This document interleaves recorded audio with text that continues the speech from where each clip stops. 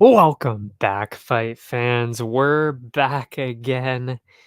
Back after what was it? UFC Austin. Amazing card. Holy. I mean, this is definitely one of the best cards we've seen in the last few months, hands down. All the finishes, 2 slams in a row. The women's fights delivered. The main event, Sarukian. Green, oh my God, Bobby Green. Davis and Figueiredo getting the win, like I said he would, of course. Brady, I mean, yeah, what a card. What a card. Amazing card. Sadly, not the greatest result in a couple of those fights for us, for the betting specifically. But as a fight fan, as somebody who obviously doesn't, I mean, obviously I care about the bets, but as a fighting fan, that's what I like to see, and that's what we want to see. I mean, yeah, just amazing, amazing card all around. Great crowd, as Austin has been each of the times that I've seen. So, yeah, they keep on that streak of being amazing. Just all around great card. And sadly, now we're going to be going to a not so great card. Not so great. I mean, listen, like we were headed to this would have been an amazing card, truly. I mean, we would have had the road to UFC finale. So we would have had those ones. I'm excited. I love the road to UFC. So I would have loved to see that. Would have been in, I honestly can't, I keep forgetting where it was supposed to be. It might have been Shanghai. I honestly can't remember, but it was supposed to be over there in Asia somewhere. That was going to be amazing. I mean, the crowd, I actually don't think I've ever seen a show in China that I can think of. I've only seen the Singapore one. That well, actually, yeah, there was two in Singapore, I believe. So those are the only ones I've seen in Asia. I was not around doing this stuff when they were in I think it was Beijing before with Zhang Weili. I didn't see that one. So I haven't actually seen in Asia, but I've seen, of course, the clips during my research and everything, and it's always pretty great and the fighters always deliver. So I mean, it's pretty disappointing to now be going back to the Apex. No crowd. We lose the road to UFC fights and a couple of other matchups too that were actually looking pretty good. And I mean, it's just not the same. Yes, we have some of the Asian fighters still on the card, but it's just not the same. It is just not the same. But regardless, we'll get into that card later, of course. But we'll open up with UFC Austin, of course, just running through that, the card and the bets. And that opened up with the ladies. Jamie Lynn Horth, Veronica Hardy. What did I tell you? I told you last week. I was like, I don't know. I don't know about the Canadian record here. I mean, she's undefeated. I didn't think she looked that good in her fights. I saw her on BFL. I didn't think she looked that great. And I was impressed by Veronica Hardy. And then, of course, we saw Hardy on the MMA Hour and pretty impressive there, too. I mean, she always, I don't know, just impressive. And Dan Hardy, I mean, you can't, you cannot underestimate the influence of Dan Hardy there.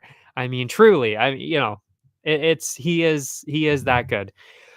and amazing to see. And the work ethic, of course, of Veronica Hardy, of course. So that pairing, I truly, it's amazing. I really am impressed with the two of them. And Hardy, I'm impressed. How can you not be impressed by that?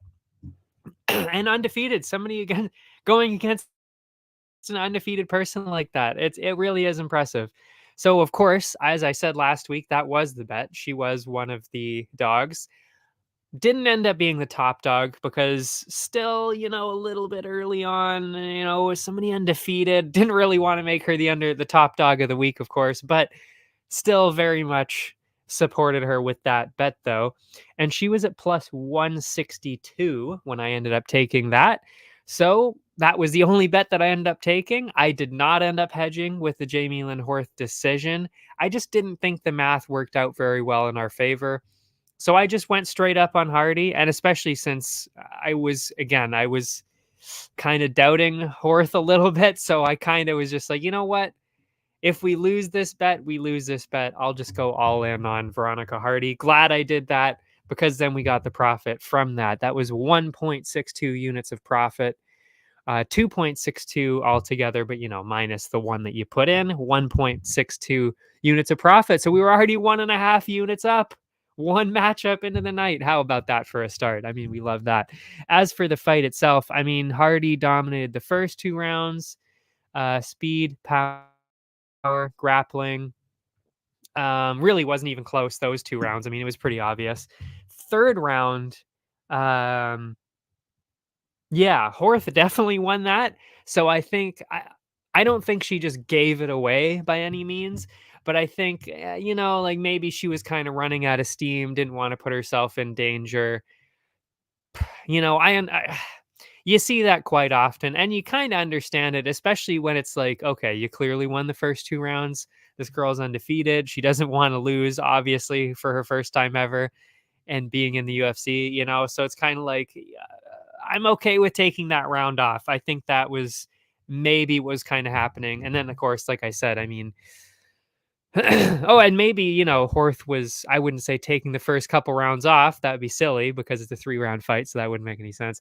But, she was just really giving it all in that third and did win that third. The dumb part about that whole thing and what had me worried, honestly, for the rest of the night was that split decision because truly, I mean, I honestly don't know what the fuck they were watching because it was an obvious 29-28. Like, I don't even know how else you could really score that. It was 29-28. So the fact that one judge saw that, I mean, when I heard them, because as soon as you hear the judges' names, it's a split decision. I was like, oh God, not already. The first fight of the night, and we're going to get screwed in a split decision. This is ridiculous. But thankfully, they got it right. They got it right. And we will move on. So yeah, 1.5 units of profit right away in that first one. Second fight would be Wellington Turman and I can't remember his first name. Is it Jared Gooden? I know it's Gooden, obviously. And it's not John Gooden. That's not a fighter. Jared Gooden, it was. This is the only one really on the entire card that blew me away. Actually, no, never mind. There are 2 on this card. 2 on this card I was genuinely shocked by, and that would be this one, and of course, the Puna one later was Stoltzfus. I mean, holy shit. What the fuck was that? But we'll get into that one later. This one, though, I was pretty surprised. I was pretty surprised that Turman somehow blew that. Not as shocked, like I said, as the Stoltzfus one. That was just, I still can't believe he blew that. But this one though, I'm definitely surprised that Turman lost for sure. So as I said, I mean, he was in the B slot, right? Oh yeah, I put him at C actually, but he was in the C slot. By the way, A, B, and C all lost, so all the parlays were dead anyway. It didn't matter what happened.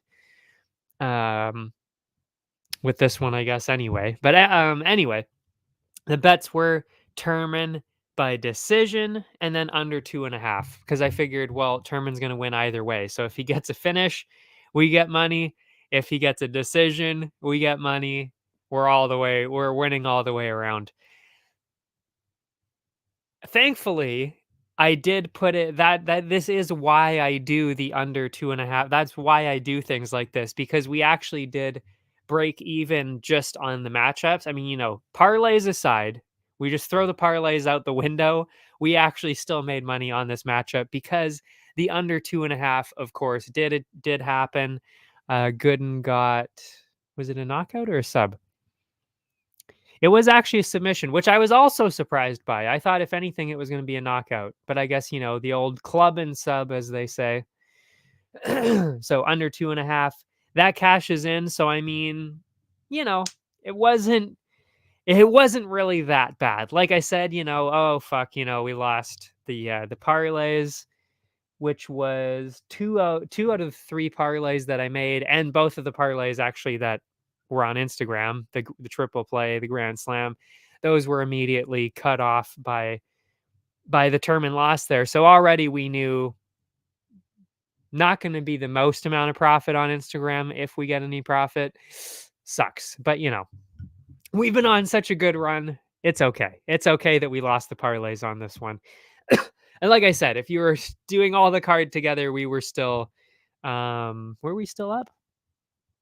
We were like 0.15 down if you get rid of, oh, actually, no, we were up. We were up because we only spend 1.5 units on parlays.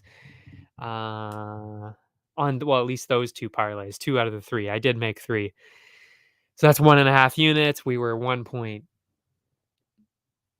units up at that point, not including the parlays. So really 0.3 units up if you include those parlays. So again, you know, even if you include everything all together, we were still winning at this point, even with all those two out of the three parlays done. Anyway, that's just to say that the system was still working at this point.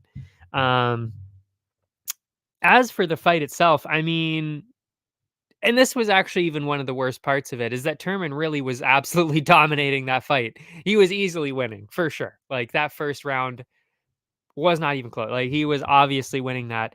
And then got just absolutely ruined by a few big shots and then some combos and got finished. Didn't see it coming. I was like, especially in that whole first round, it was like, oh, okay. Yeah, I was right. Like, Turman is clearly way better, and Gooden doesn't really deserve to be in the UFC. That is what I maintained up until Turman got hit real hard and then ended up getting ground and pounded, and then the sub at the end there, the old club and sub, as I mentioned. Yeah, did not see that one coming. Did not see that one coming after that first round. But hey, that's the sport. That's the sport. I mean, in terms of entertainment, it was like, oh shit, okay, I would. I'll admit though, I was not feeling the entertainment part of it at that point because this was the second fight of the night, and all the parlays were ruined, and that was just depressing, especially after he was winning the first part of the fight. So I was not too happy, but in terms of entertainment, I guess obviously it was still like, oh shit, okay, that was pretty cool. The comeback is real. But yeah, not so good for us. Not so good for us. And I was definitely not amused. But we're moving on. We're moving on. Next one up was Potiera and Bellato. I ended up putting Bellato in the D slot. And crazy enough, he was actually the only one out of those top four people that won. So that was Bellato over Potiera. And I'm not gonna lie, I was like, oh no, we lost. Well, I mean, we kind of already lost all the parlays anyway, but it was like, oh fuck, all three of the parlays are gonna be done in the first three fights. Holy shit. Because I thought Bellato was gonna lose actually. Potiera was just beating him up. But thankfully, I was right about what I said, which is the toughness, and then the toughness of Bellato, and then kind of the lack of toughness really from Potiera, and then of course the power and skill of Bellato in those clinches, and then just making every fight dirty. So I was right about that, and that did come in and help us. So I did end up betting on Bellato by KO, which was at plus 120. I had to bring those odds down somehow. So I went with Bellato KO. So we did cash that in. But man, that was dicey. It was dicey. And then of course I also actually ended up putting in the over 1.5 because they were favoring the under, which kind of made sense. But it was like, well, we've seen both of these guys go a little bit longer anyway. So figured might as well go for the over 1.5. It's not a crazy benchmark to make. It was pretty crazy when I was watching it, though. I thought for sure, I was like, okay, well, we're going to get a first round Potiera KO, which kills both of my bets. Thankfully, Bellato was extremely tough, weathered that storm, and then also somehow managed to get the KO after the over 1.5. So that was quite an emotional roller coaster there, going from potentially 2 units down to then over 2 units up just in that one matchup. But yeah, crazy stuff. Crazy fight of the night, obviously. And yeah, in terms of the actual numbers though, Bellato KO, that was plus 120, so that's 2.2 units there. So even if the over under doesn't cash in, we still would have had a little bit of profit, but thankfully it does cash in. The over 1.5 cashes in. That was plus 140.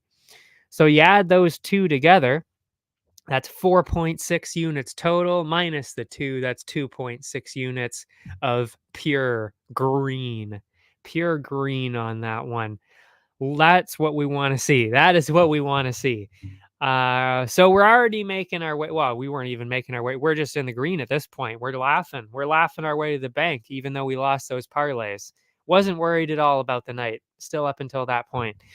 As for the fight, like I said, I mean, Potiera dominating. Could not believe my eye. I mean, well, actually, no. It wasn't that I couldn't believe it. I was like, because I was a little bit worried about something like that. I just didn't think he was going to be that close to actually getting the finish and winning. I just thought it was going to be a rough fight. Bellato was going to get hit a couple of times, and then Bellato was going to come in and just smoke him in the first round after that. No, Potiera was not about that. He was there to bang, that's for sure. Anyway, almost had the ground and pound finish multiple times. Like I said, I really thought we were going to be losing that. When all that was happening, I was like, "Oh fuck, we lost. This is a disaster. Disaster of a night for us." But anyway, but then he got taken down and Bellato actually got it done. Bellato got it down. Got it done with the takedown and then I believe ground and pound. I think that's how he finished it. Let me see here. Yes, ground and pound, second round. And then, my God, then the crowd, the night just explodes. Absolutely fucking explodes with what happens in the next two fights. Holy shit. It is Drakkar Klose, Joe Selecki. I said this last time. I mean, I thought Klose definitely had a much better chance of winning because, well, not a much better. I just thought he had a better chance because Selecki just seemed kind of one-dimensional a little bit with the grappling, and I mean, that's literally exactly what we saw. He didn't have the striking, so he went for the grappling right away and paid the price. I mean, he didn't want to let go. He was so adamant on holding on to the grappling and the submission that he got slammed. I mean, one of the best slams I've ever seen. I've seen a couple of slams. That was definitely one of the better ones. Yeah, slams him, knocks him out cold. Incredible. Amazing. As for the bets, that did not work out well for us because I went all in on the close decision because neither one of these guys really had finishes or had been finished. Just a lot of decisions on both sides for both guys there.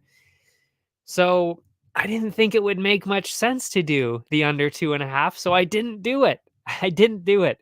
So I just went with the close decision and obviously that didn't cash in because he got the slam KO with I think it was a minute and something, right? Minute 41. Yeah. Wow. Unreal. Crazy stuff there.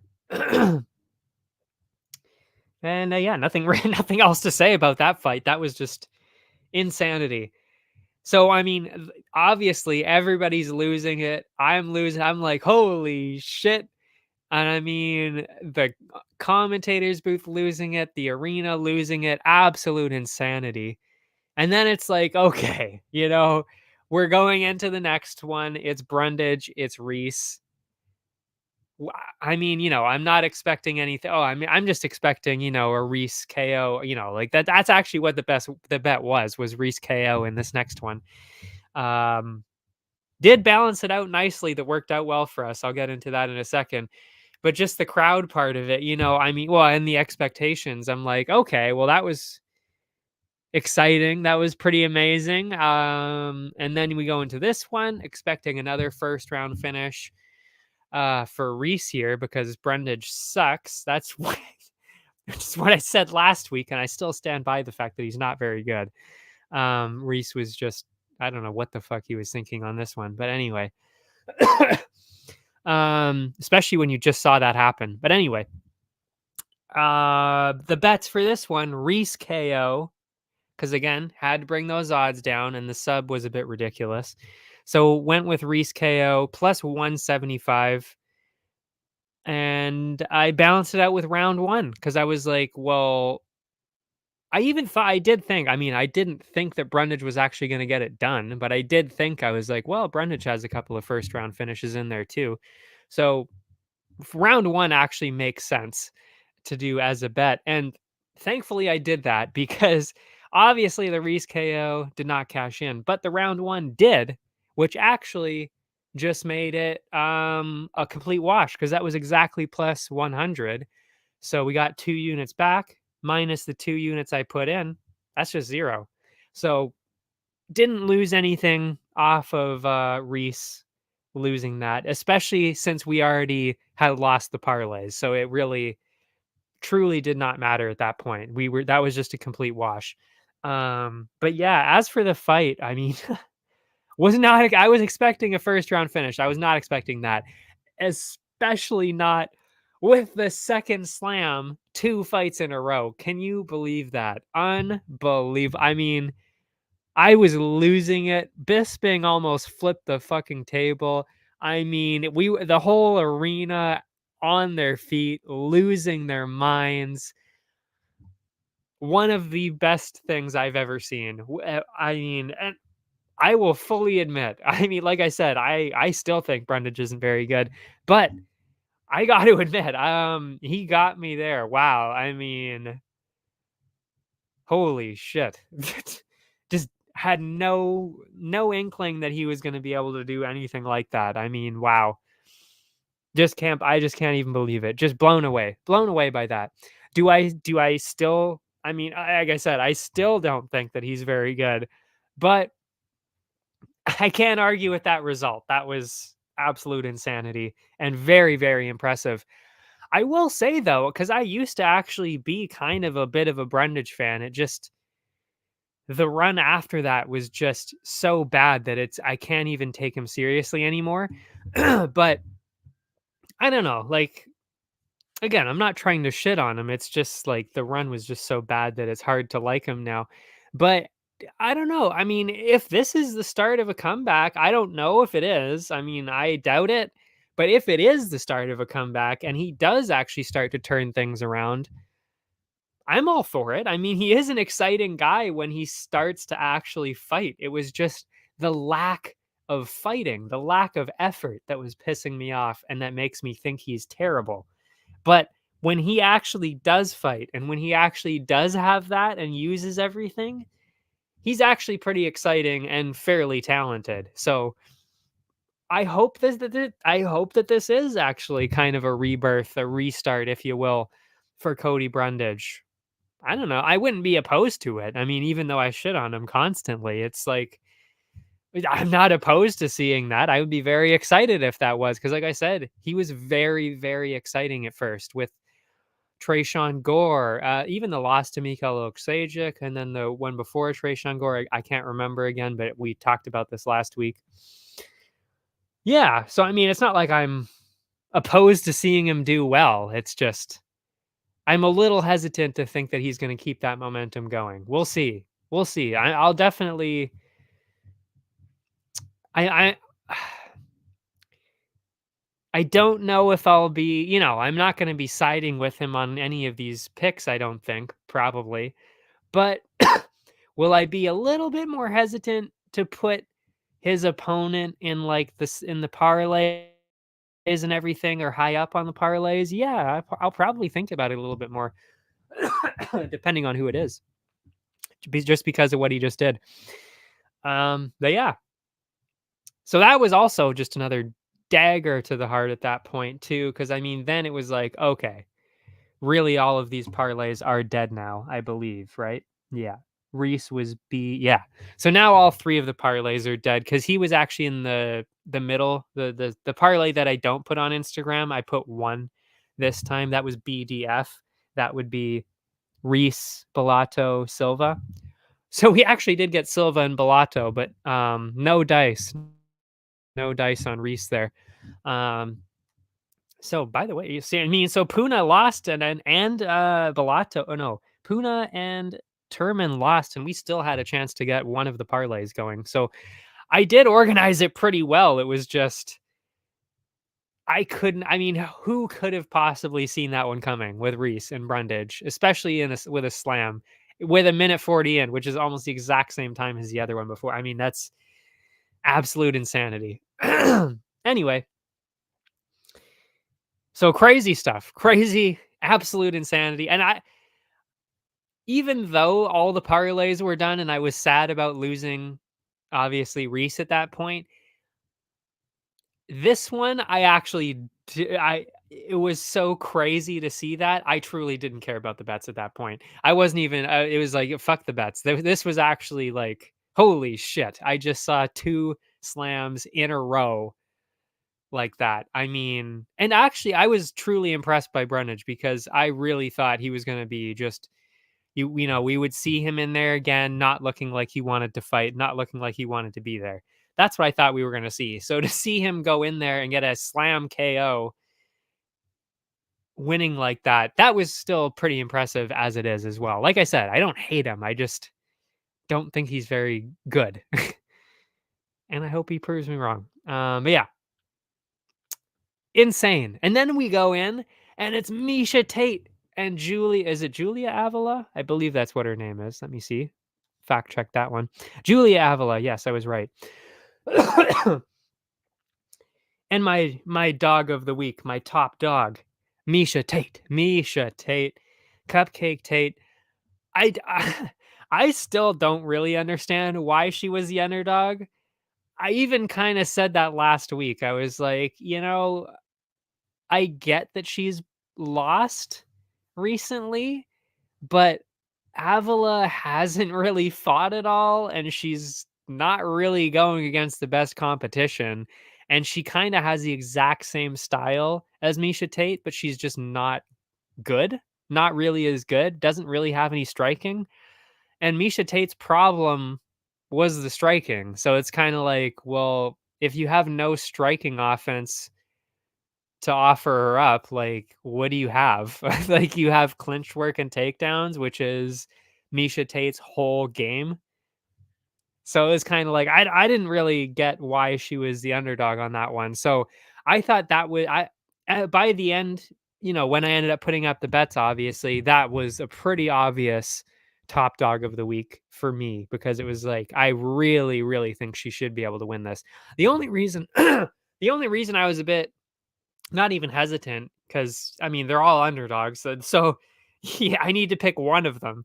But the only reason I was even just like, do I pick Misha Tate or do I even go with Veronica Hardy because she was so confident? Those were the only two I was considering, really. Oh, and Figueiredo, I was considering Figueiredo too. But I didn't want to pick Hardy because Horth was undefeated, so that worried me. And Figgy, it was a new weight class, so I was like, he's got the grappling, so he should win, but new weight class, I wasn't really sure. So that meant really that Tate was the only real obvious one for me to do because it was like, there's really nothing that I can see that Avila can do that can upset this unless Tate just goes in there and doesn't show up, basically. And thankfully she showed up, so we got it. And yeah, she was at plus 120, cashed that in, and that was it. I didn't want to do, because I wasn't sure if she was going to get a finish. Because because of what I saw with Julia Avila, she likes to get in some wars. So I don't know if you can do that with somebody like Misha Tate. So I didn't want to say decision. I didn't want to say over under anything. That would just be, there were too many questions up in the air. So the only thing I wanted to do was just the pure Misha Tate bet, and that is exactly what I did. So we got the profit on that one, 2.2 units up. Well, minus the 1 unit, so 1.2 units of profit, which actually, if you count it up, brings us to 4 units up if you don't include the parlays or anything else. So if you're just talking about the straight money line over under ones, the prop bets, the singles, I guess they're called, we were at 4 up at this point. So, I mean, I was looking good. I was like, oh shit, we're doing real well today. We're looking good. We are looking good on this card. I was stoked. And by the way, that is exactly what we saw in the fight as well. Like this, really didn't see any kind of offense at all from Julia Avila. I mean, I literally just wrote absolute dominance from Tate, no real offense from Avila, and then she got the finish in the third. I mean, there really wasn't anything else to say because it truly was just absolute dominance from Misha Tate, start to finish. Was not even a question that she was going to win that fight. So perfect. Another underdog I got right. I'm honestly shocked. Like, I knew I was going to be good at the sniper picks because I've always been good at picking like really solid people, except for this week, ironically. But I really didn't think I was going to be able to be picking these top dogs as well as I have been, because it was a rough start with the underdogs for me. But I've been on a streak here. I've been on a tear with these underdogs, really killing it with the underdogs.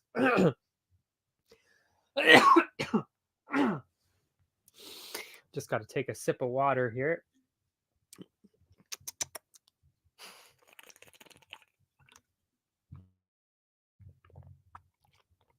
Oh, man.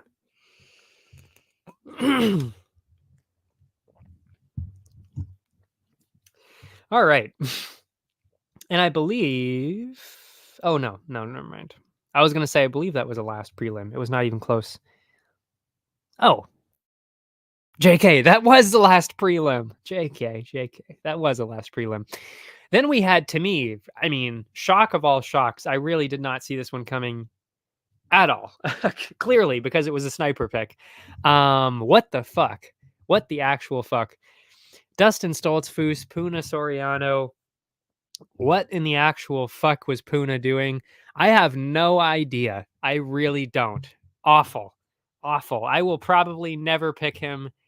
I know for a fact I'm never going to pick him again because I still think Stoltzfus is one of the worst in the UFC. I mean, seriously, how do you not watch that fight and think, wow, this is bad? Like, Stoltzfus is not good. And that's the worst part of it, is I still, even based on what I saw, I still don't think Stoltzfus is good. I just think Puna's even worse. I don't know how that was possible. I'm shocked. I'm still shocked that he was that bad. I really can't believe he was that bad. Especially in the first round. I was even like, oh, okay, we're going to get this KO, no problem. Puna was like, I think anyway, he was beating the shit out of him. Yeah, looked great early. Yeah. The fuck. Anyway, so the bets, I mean, like I said, he was the sniper pick, minus 300, 6 units. So we were looking at 2 full units of profit, by the way. So, I mean, if he actually did end up winning that, holy shit, that actually might have been one of the most, it would have been one of the most profitable weeks actually for us for all time. Because I still made money. And the only thing that lost, actually, no, I didn't make any money. But yeah, we'll get into the numbers at the end, but basically it's like if you just eliminate just this pure sniper pick. So if you just discount that, just only that one bet, the 6 units, we were actually still in the green. So it's like, if, it's like if Puna actually does win like he should, then, yeah, we were looking at, like, no joke, probably what would that be? 5? Probably 5 units of profit? That would've been a good week. Oh, then, with the parlays and that swing, yeah, yeah, we were probably looking at about 5 or 6 units. So it's about a 10-unit swing because we lost that one. So brutal. Absolutely fucking brutal for Puna there. Wow. Completely fucked me over, that's for sure. So Puna KO, that's what I was going for. And round 1. Because believe me, if you watched, and I messaged our friend R&R here, I mean, he's not here yet today, but, I I even said, I literally, I mean, I did watch enough tape to make my full decision, but I'll be honest, like, even, like, a minute into watching the tape of both of these guys, it was like, "Okay, yeah, Puna's gonna knock this guy out in probably, like, 2 minutes," because he just doesn't have any striking. Stoltzfus is not good at striking at all, and that was still obvious. It's just, I guess, Puna's grappling is somehow worse than Stoltzfus's striking? I have no idea. Like, like I said, just what the fuck? Like, it was just awful. Puna KO, that was what it was, plus 110, and then round, 1, which was plus 150, and, yeah.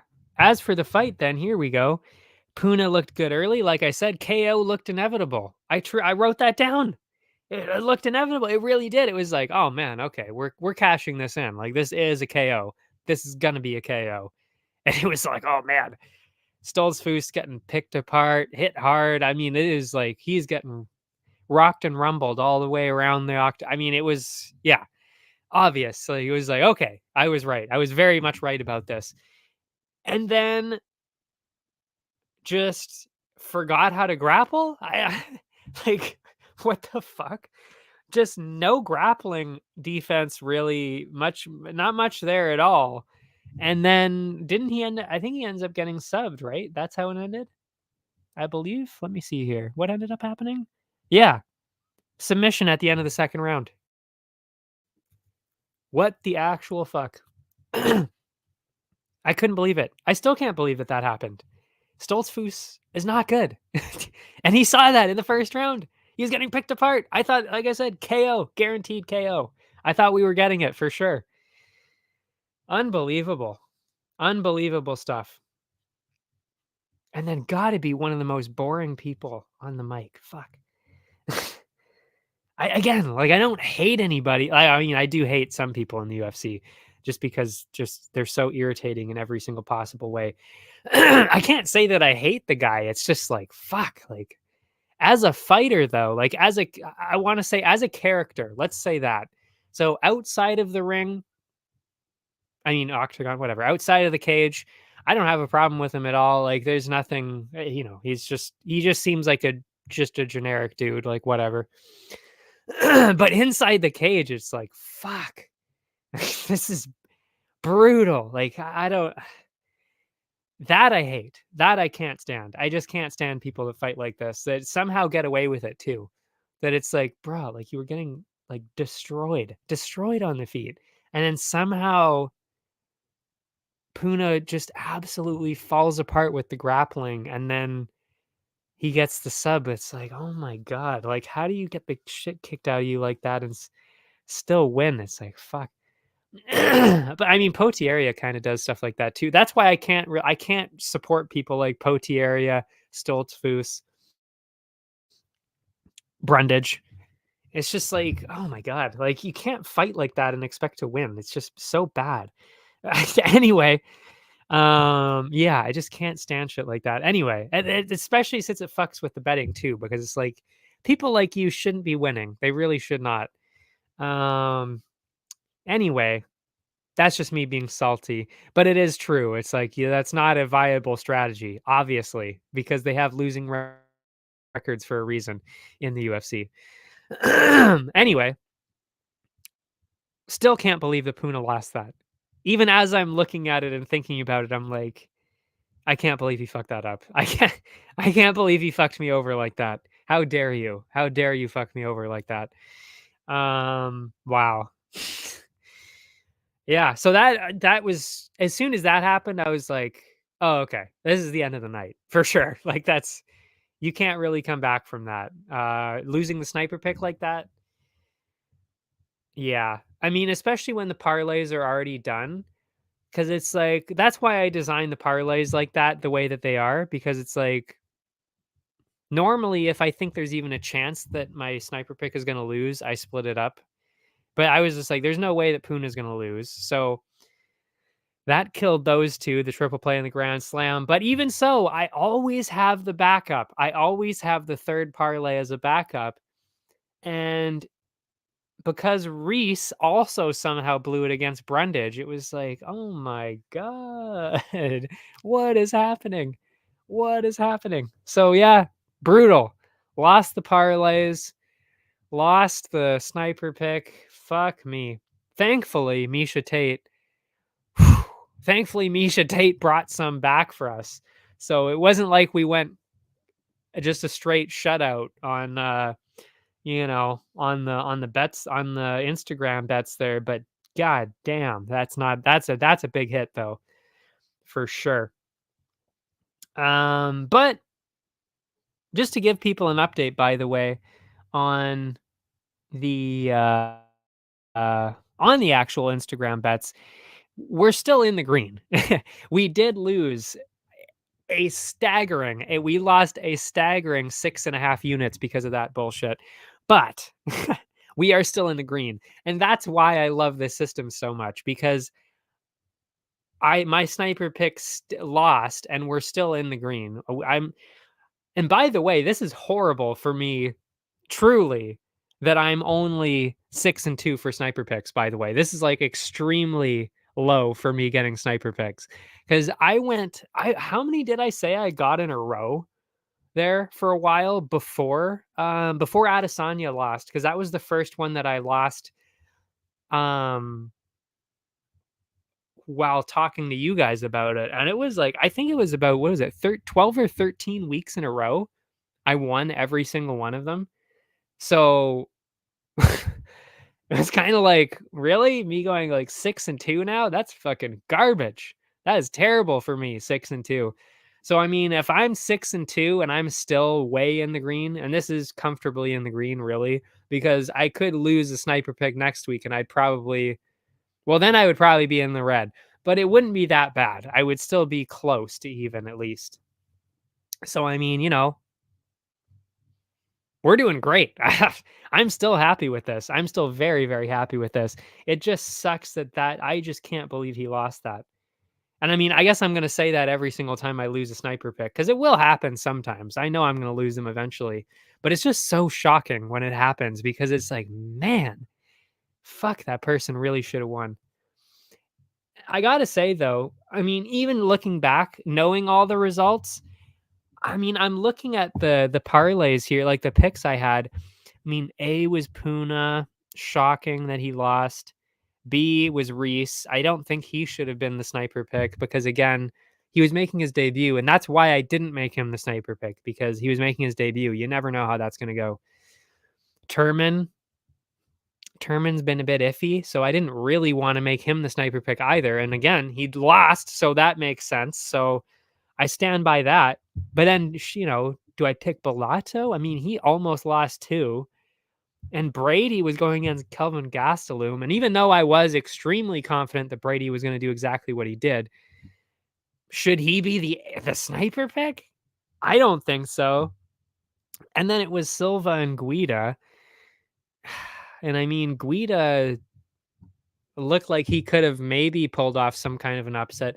So I don't really regret picking Puna. I still think on paper he was clearly the best one.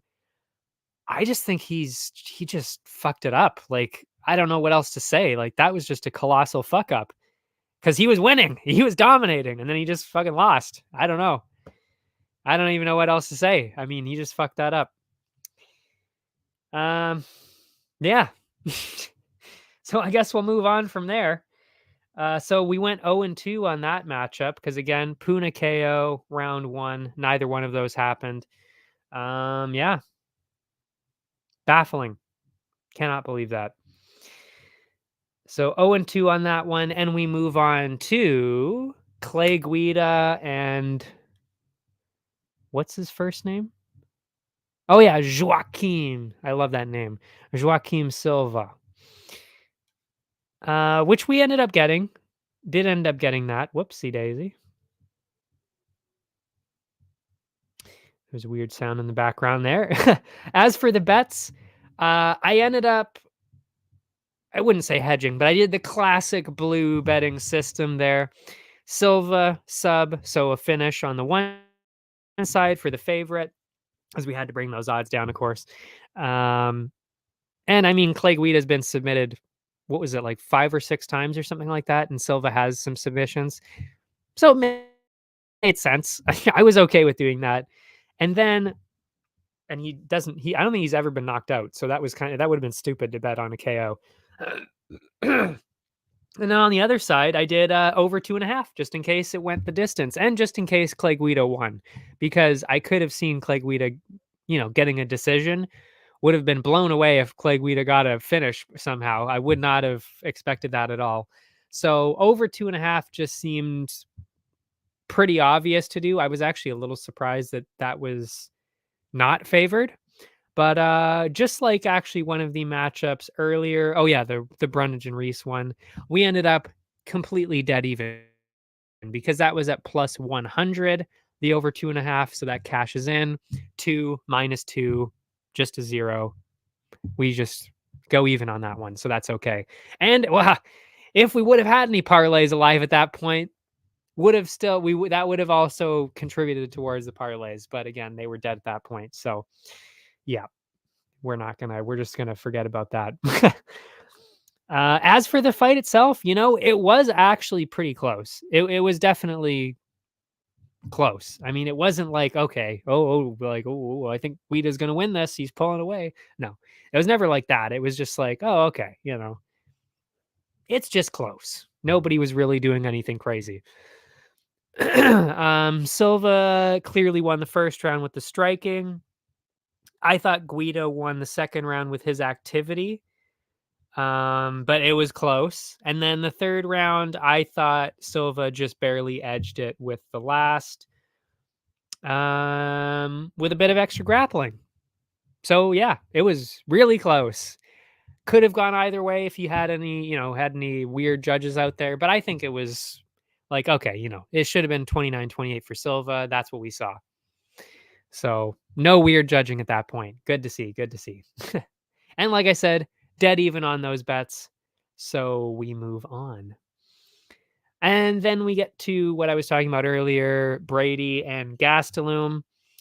And I did say last week, I was I was pretty confident that Brady should win this. And I mean, I told R&R, I said, you're just throwing your pick away if you go with Gastelum.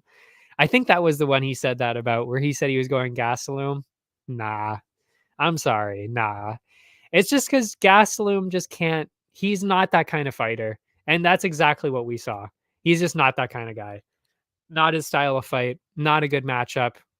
We saw that even in the Hermanson one. I mean, he got submitted right away because of it. He's just not that kind of guy. And we saw that. I mean, he got dominated with the grappling, and then he ended up getting submitted, which actually sucks for the bets here. This one, I actually, looking back, I kind of feel a little bit silly about. I ended up doing Brady decision, which I feel good about. I feel very good about that, plus 250. But I really should have done the under 2.5. I don't really know why I didn't do that, because I could have actually seen a world where maybe Kelvin gets a KO. Because the striking of Brady, we just haven't seen a whole lot of. So maybe Kelvin gets a KO. And then, of course, the submission threat, of course, of Brady. So I'm not really sure why I didn't do the under 2.5 to balance it out, but I didn't. So that was actually that was just straight up a mistake. I don't know why I didn't do that, especially with Brady decision being at plus 250. Maybe it was because maybe the under 2.5 was favored. Maybe that's why I didn't do it. I still should have put something for under. I mean, over under anything, like over 1.5, under 2.5, something. I should have done something. So that was a mistake. I do regret that. I don't know why I didn't do that.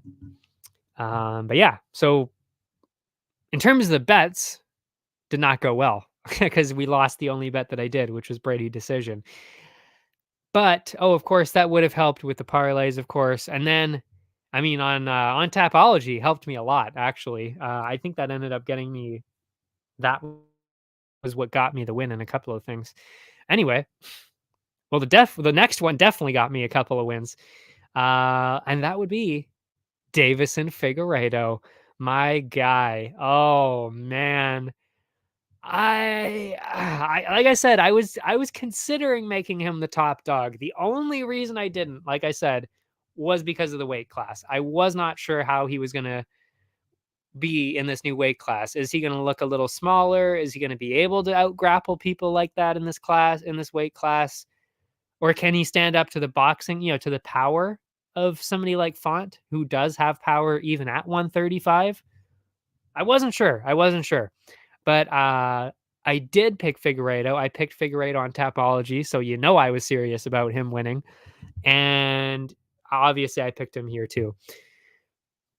So that worked out really well because he was definitely winning that fight.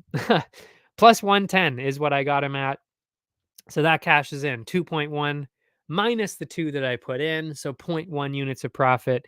I did put in the under just in case either one of them got a finish because I could have seen Font KO. I honestly thought that Figueiredo was going to get a submission. Actually, that's what I put on Tapology. I think I put second round sub or something like that. Maybe even first round sub. I might have put that down because of Font's grappling and submission defense. I was a little surprised that he actually lasted the whole time. Actually, very surprised because it was getting close a couple of times there. But yeah.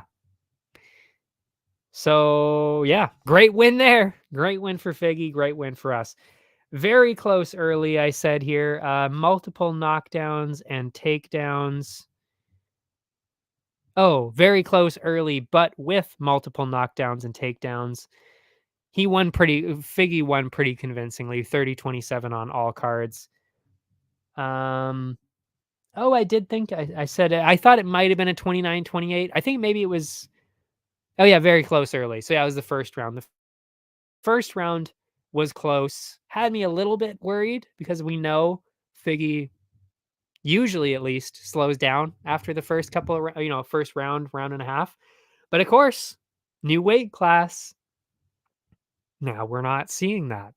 So I'm excited. I am very excited for Figueiredo at 135 because he was already, before this whole Moreno thing happened, he was actually one of my favorite fighters. And I don't know, I think just Moreno kind of ruined it for me. I don't know what it was. He just kind of ruined the excitement for me for Figueiredo. I don't know. Maybe it was just seeing him against the same person 4 times in a row ruined it for me a little bit. But he used to be one of my favorite fighters. So I'm excited now to see him at 135, new weight class, looked amazing, very dangerous. I mean, obviously, I still don't think quite as dangerous as he was at 125 because those people were just getting brutalized, but still pretty impressive to see what he did here. And glad I was right that I picked him. Moving on to the co-main event, Jalen Turner, Bobby Green. How depressing was this, guys? Holy shit. I said this last week. I mean, I don't know. I mean, I understand why Jalen Turner was the favorite. And I mean, obviously, we definitely see why he was the favorite now, looking back. But I think the only real pick, you had to pick Bobby Green on this one because he had all the momentum going into this fight. Plus, he was the one that had the fight scheduled, and Turner notoriously bad. I wouldn't say bad at weight cuts. He's clearly very good at weight cuts, but notoriously tough weight cuts, let's say, for Jalen Turner. Taking the fight that short notice, maybe not a good idea normally, especially against a knockout guy like Bobby Green. So seemed like Bobby Green was the only real pick to make here. So that's what I did. I did Bobby Green as the dog, plus 162. And I balanced it out with the under 1.5 because of both of them, actually. Because I know Jalen Turner has a lot of quick finishes, so I could have seen that happening, and that's exactly what happened. And I also could have seen Bobby Green come in there and get a quick finish himself. So I thought under 1.5 was the only correct choice to do, which was at plus 150, shockingly enough. So we cashed that in. So we actually ended up profiting off of this. It was just sad to see because I was really hoping that Bobby Green was going to be the one to take home the win here. And I think I ended up picking Bobby Green on Tapology too, which that was, I would say, my one. Yeah, that was the one pick on Tapology on the whole card where I was like, oh, that was stupid. That was stupid. I don't even know really why I picked. I don't know. Anyway, whatever. Because understand making the bets, but I mean, ooh, these, the Tapology picks, you got to pick the most likely one. And maybe I should have gone with Jalen Turner. Anyway, I still did really well on Tapology, so I don't really care. I think I won every single thing I was in. Oh, I came in second, I think, in a couple of them. But that was a really good week for me on Tapology. Anyway, what was I going to say here? Yeah, so the under 1.5 cashes in.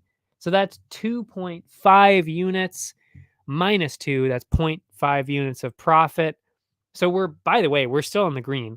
Even though, like I said, there were like 1, 2, 3 matchups where we got nothing. Didn't matter. We were way up. So that's why, like I said, it really only came down to Puna losing. If Puna would have won, I mean, we would have been way in the green, way in the green, way in the green. So yeah, that really just blew a hole in the whole thing. Yeah. Oh yeah. As for the fight though, I mean, Green landed pretty great at the start of the fight. Looked like he was kind of winning a little bit, but it was, it wasn't like, oh shit, Green's running away with this already. It was like, okay, he's landing decent, but it's pretty close. And then just got brutally knocked out by Jalen Turner. And yeah, one of the brutal stoppage. As it was happening, I was like, holy fuck. I'm surprised they're not stopping this. Like, I mean, listen, I'm not with some of the people, like kind of like Ariel, I guess, where it was like, okay, oh, bam, he gets knocked out and then he's lying back on the canvas and then he starts hitting him.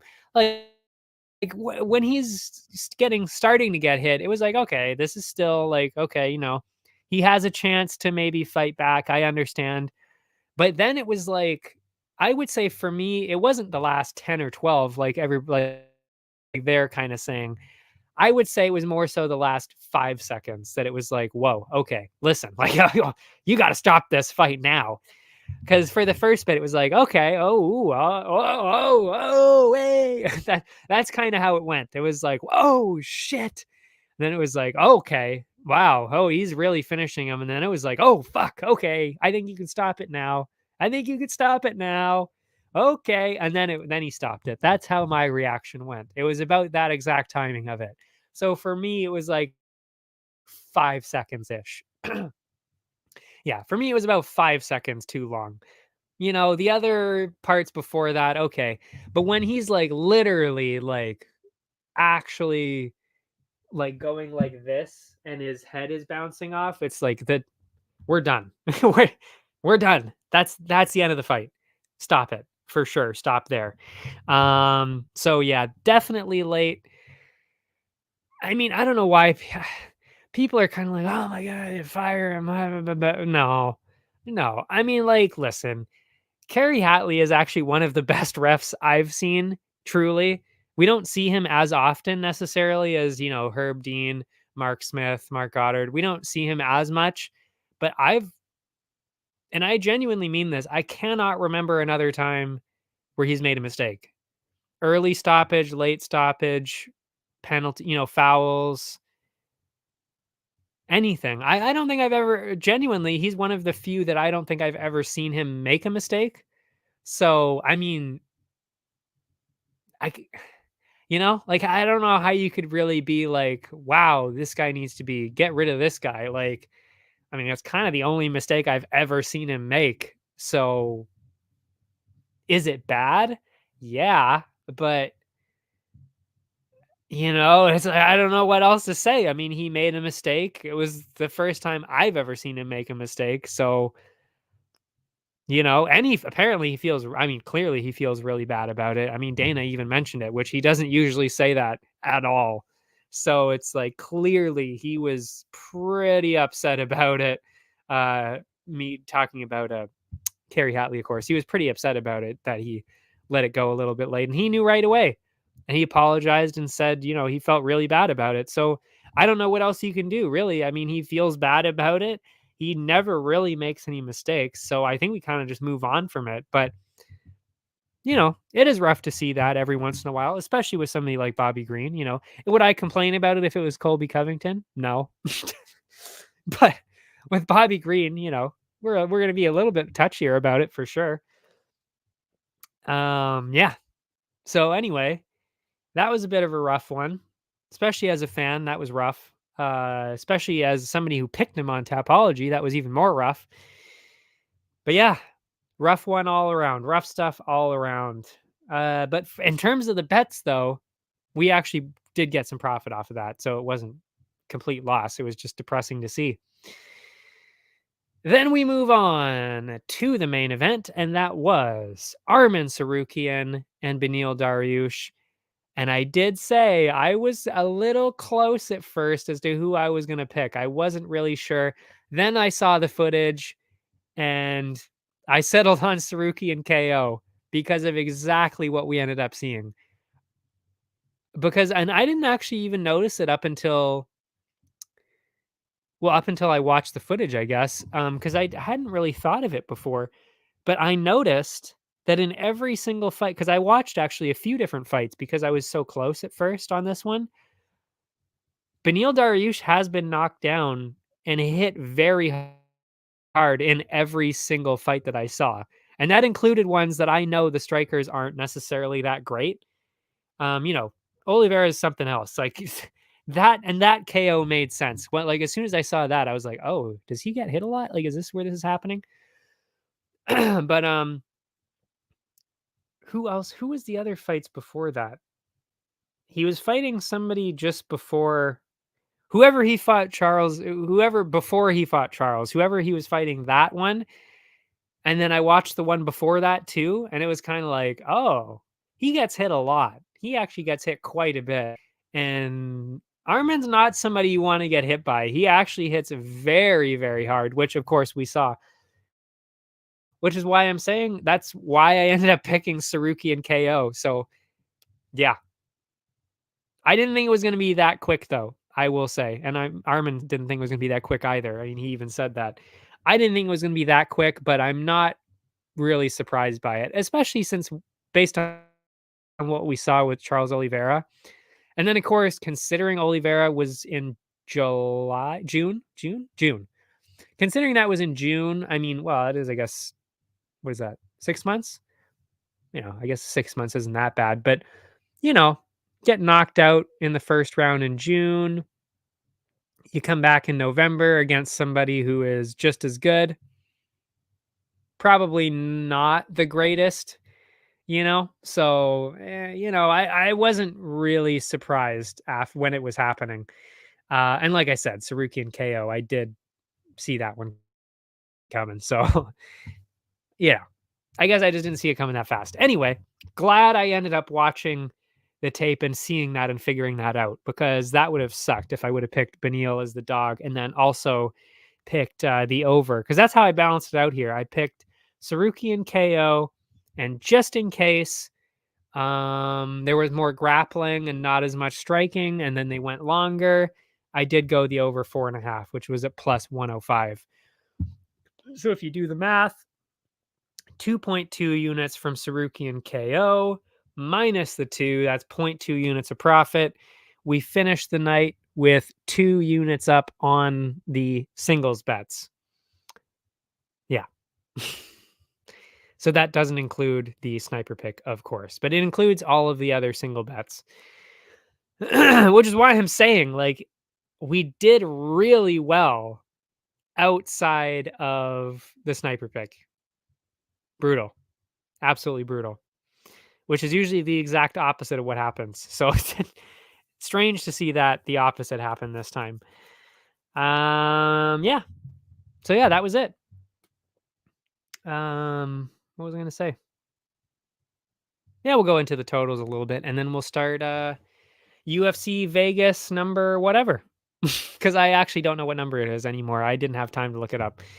Yeah, so we are minus 3.6 units on the top half, and that is 100% entirely because of the sniper pick losing. That is the only reason, because that was 6 units, and we were 3.6 units down. So like I said, if we won, you add in 6 units, that's 2.4 units up already, just based on getting your money back. And then 2 units on top of that. So that's 4.5 units. And then you get a couple other ones. And then you get, oh, we wouldn't have won any parlays though still. Unless, of course, and then you're altering the whole results of the whole card. So I guess we wouldn't have won any parlays, but still, you would. That's still like I said, that's 4.5. Yeah, 4.5. Yeah, that's a 7-unit swing just because of that. So yeah, that sucks. And then of course, -2 straight up for the parlays because we did not get any of them. Brutal, brutal. But we move on. And we're moving on to, I actually think, I'm not going to say it's an easy week to bet, but I think there are some decent opportunities on this card for sure. And yeah, we'll jump right on into that. Only 11 fights. It is a smaller card, but again, that was because we lost the venue. So of course, we lose the road to UFC fights. Lost a couple other fights. Sucks to see, but here we are, back in Vegas, back at the Apex. Yay! But before we start that, I will take a quick sip of water here.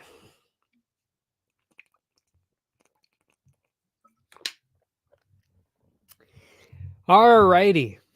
Moving right on into the card. It is the lady that I have now dubbed RDS. It is Rayon dos Santos against Talita. I believe it's Talita Alencar. Are they both making their debut? No. Are they? Hold on. My computer's been a little bit slow recently, so this might take a couple of minutes. Hold on. I know Alan Carr is from, which is so funny because I know, a comedian named Alan Carr. But yeah, Alan Carr, undefeated, 4-0-1. I believe she was on the Contender Series, and that was the draw. And this was recent.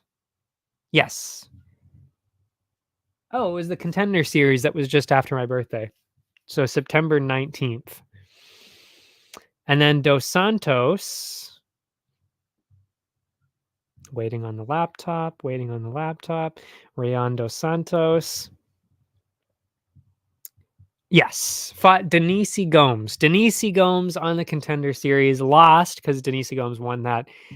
But I mean, now we know that Denise Gomes is pretty good. We know that now. So decision loss on the Contender Series. And by the way, because I rewatched it, she was actually winning that fight for the first round. It was a very, very close fight. So if Denise Gomes just barely beat her in a decision, she's pretty good. She is very good. And then on the other side, I mean, I wasn't really impressed watching Talita Alencar. I mean, she got a draw too on the Contender Series wasn't a great performance. I mean, it was mostly the grappling that was impressive, but she doesn't really have the striking part of it, which isn't good because Dos Santos has all of it. She was grappling very well against Gomes, but also had the striking and doing very good striking work against Gomes, which is pretty impressive because that's hard to do against somebody like Gomes. Even Hill actually was kind of walking through her, but still, that's kind of just Hill at that point. That's different, She's just built different. But yeah, so I think this is a pretty easy pick to make in my mind. You gotta go with RDS. RDS decision. Can't really see a finish happening on either side. Maybe, but I doubt it. Lots of decisions on both sides. So Dos Santos by decision. That's the pick. That's the only bet.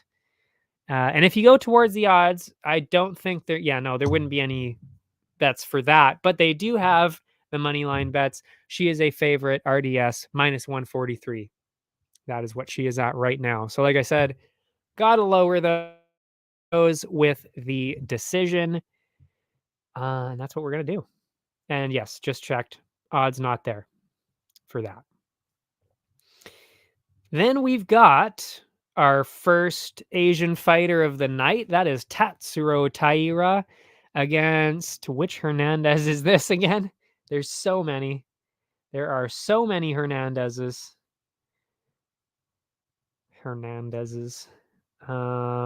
Carlos Hernandez. That's the one. Carlos Hernandez. Yeah, he was submitted by again. This is so tough when when it doesn't work as fast because then it's like I'm waiting. He did get submitted by Nascimento.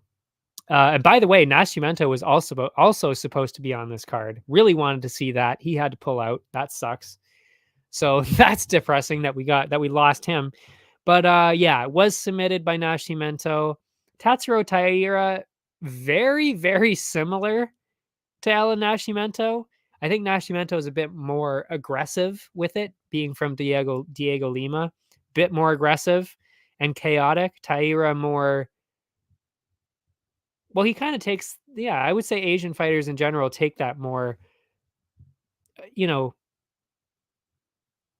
how do you say like a calculated approach. They don't want to make stupid mistakes, and I respect that because you shouldn't want to make stupid mistakes. But yeah, the Asian fighter is definitely more so known for that. Very calculated, intelligent approach to fighting. And Taira is definitely that guy. Yeah, so I mean if he couldn't stand up to the grappling of Alan Nascimento, they're basically on the same level, I would say, Taira and Nascimento in terms of the grappling part of it. So I mean if he got just absolutely just ran straight through him like that in the first round, Nascimento, I would imagine that Taira is going to be able to do the exact same thing. He is a little bit more patient, so I could see it going into the second round, which makes me a little bit hesitant to do round one. So I'm thinking under 1.5, just in case it drips into the second round. But I think he should be able to get it done before the end of the second, I think, just because of the grappling and the submission ability of Tatsuro Taira, because his submissions are unreal. Like truly, he is so good. He is so what I really want to see. The matchup that I want to see, Tatsuro Taira, Muhammad Mokaev. That's what I want to see. I hope that fight happens eventually. I think it would. I mean, they're both pretty young. They're in the same division. They got a similar style. They're both going to be in the top 10.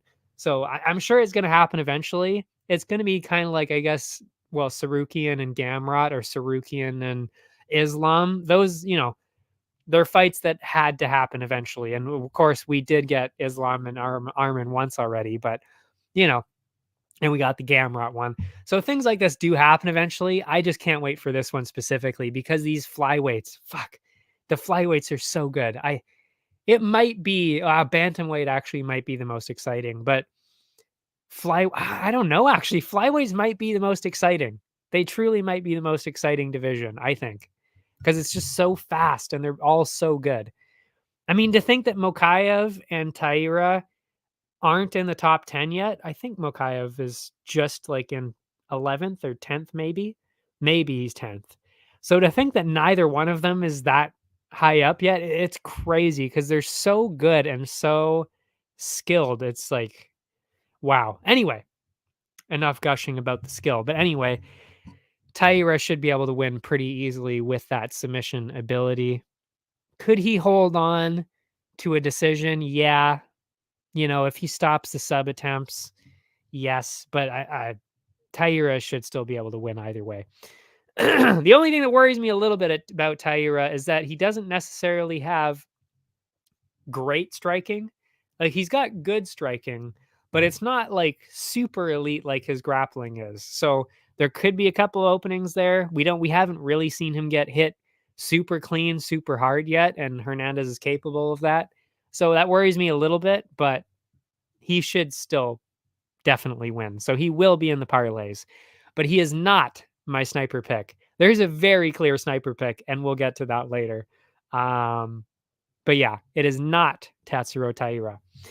As for the odds, I mean, we definitely got to bring these odds down because it is at minus 450 right now. So we will drag that down. Well, we probably won't be able to drag it down that far because I'm going to be doing Taira sub. So I would imagine that's probably still going to be minus 200 or minus one, maybe not that high. It'll be like minus 150 or something like that. Taira by sub. No odds yet. Don't know it. Damn. But yeah, we'll bring the odds down like that. And yeah, we'll probably also do, might do over under. Might do an over under in there as well just to balance it out. I would probably do the over though, just in case, it does go longer to then a late sub, maybe even a decision. I could see that. So that's probably what we'll do there. But yeah, moving on to more ladies, and that is Stephanie Egger and Luana Santos. I gotta say, this might shock a lot of people, but I actually kind of think Stephanie Egger might win this. I'm not even kidding. I really do. I don't know if I've ever picked Stephanie Egger for anything because I just don't think she's that great. But I gotta say, she might have the upper hand in this matchup. And I say that after I rewatched the Eileen Perez one, because, and we know how good, Eileen Perez is actually pretty good. And Stephanie Egger kind of dominated her. She really did. Like it was not even really that close. Egger just walked right through Eileen Perez, really.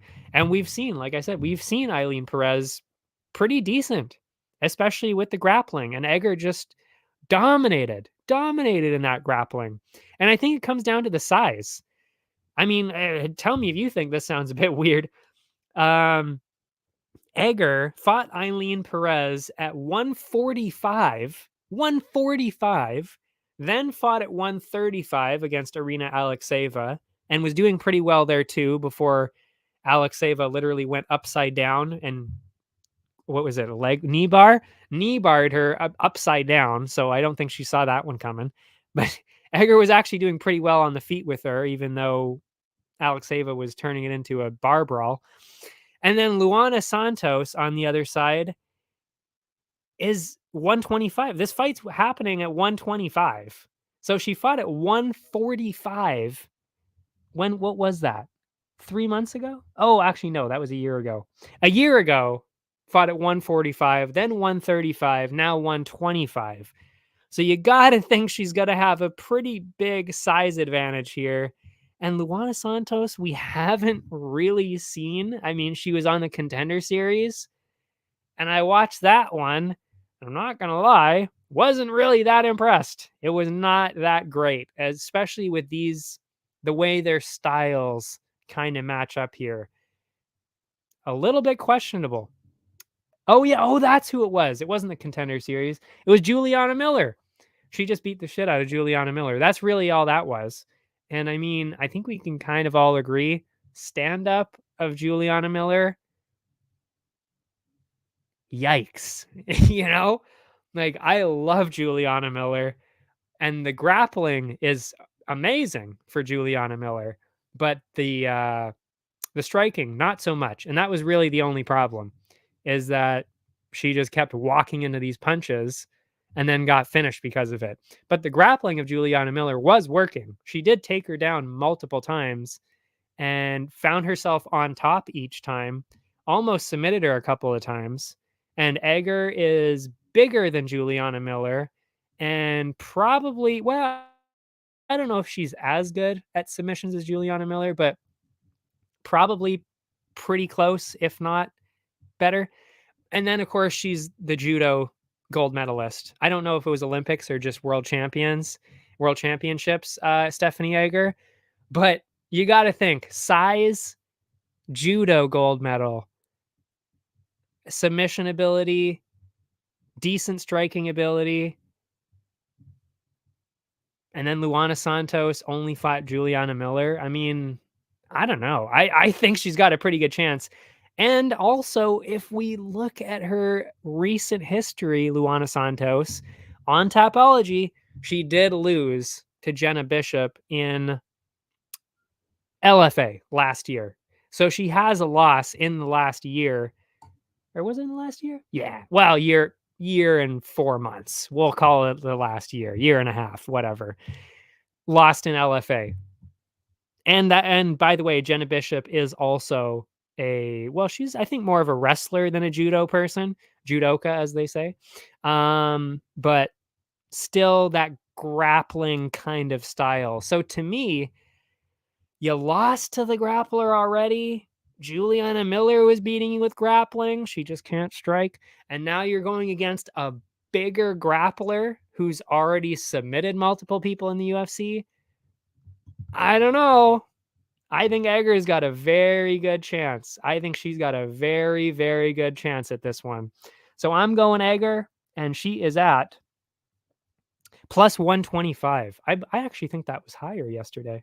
Was that higher yesterday? I'm going to write that down just in case that the odds actually get a little bit closer. Because I could have sworn it was at like plus 145 or plus 165 even yesterday. Could be wrong. I don't know. Odds don't usually swing that fast, that far, but maybe they're seeing what I see, which is that I think we're kind of underestimating Egger a little bit here. So she could be the top dog. I'm not quite sure though. I don't know if I want to take a chance on that. Stake my top dog reputation on Stephanie Egger here. I'm not sure, but there's a chance. There's definitely a chance. Moving on, it is actually the matchup that we were supposed to have a couple weeks ago, and that would be, was it Steve Garcia and Melquizael Costa, I believe. Let me see Tapology. Yes, Steve Garcia, Melquizael Costa. I already went over it back then. Haven't changed my mind. Same thing. I'm just gonna repeat what I said back then, which is that they both like to trade immediately and frequently and very hard. This is going to be a fun fight to watch. Who wins? I'm actually not sure. I'm very much 50-50 on this. So I kind of had to go with the underdog. That's how I reasoned it. That was my rationale a couple weeks ago. You got to go with the underdog. That is Steve Garcia. So I will stick with that. But I also do have to say that Costa was dropped in each of his UFC fights. And that was to people that are not even close to as powerful as Steve Garcia. So I just don't know if he can handle that power. He's got the skill and he's got some good grappling. But if he gets hit by Steve Garcia clean like that, and he's hit everybody clean, I don't know. I think Garcia has a pretty good chance of getting a finish there. I think both of them have a good chance of getting a finish, though, to be fair. And the odds are probably the same, I would imagine, as they were before. Oh, I don't think actually they even put them on the site. Let me see here. No, they are not up there. In fact, Nascimento is still up there with Sumudarji, which is not the same fight anymore. That's Tim Elliott now, actually, Sumudarji, which is actually way better. Can't wait for that's actually, well, I wouldn't say I can't wait. I don't really like Tim Elliott, but at least it's a pretty exciting fight. Where were we? So yeah, sticking with my opinion on that one, picking Garcia because he'll be the underdog, and I'll probably go under 1.5, over 1.5. It'll probably be that 1.5 mark, I'm imagining, because I think that's what it was at last time too. So yeah, that's that one. Then we move on to Hyun-Sung Park, winner of Road to UFC last season. Again, very upset that I couldn't watch Road to UFC this Saturday. I really like it. I don't know how everybody else feels about it, but I love that kind of stuff. I love a little bit of tournament. I love a nice tournament style. I love the Asian fighters because holy shit, are they good.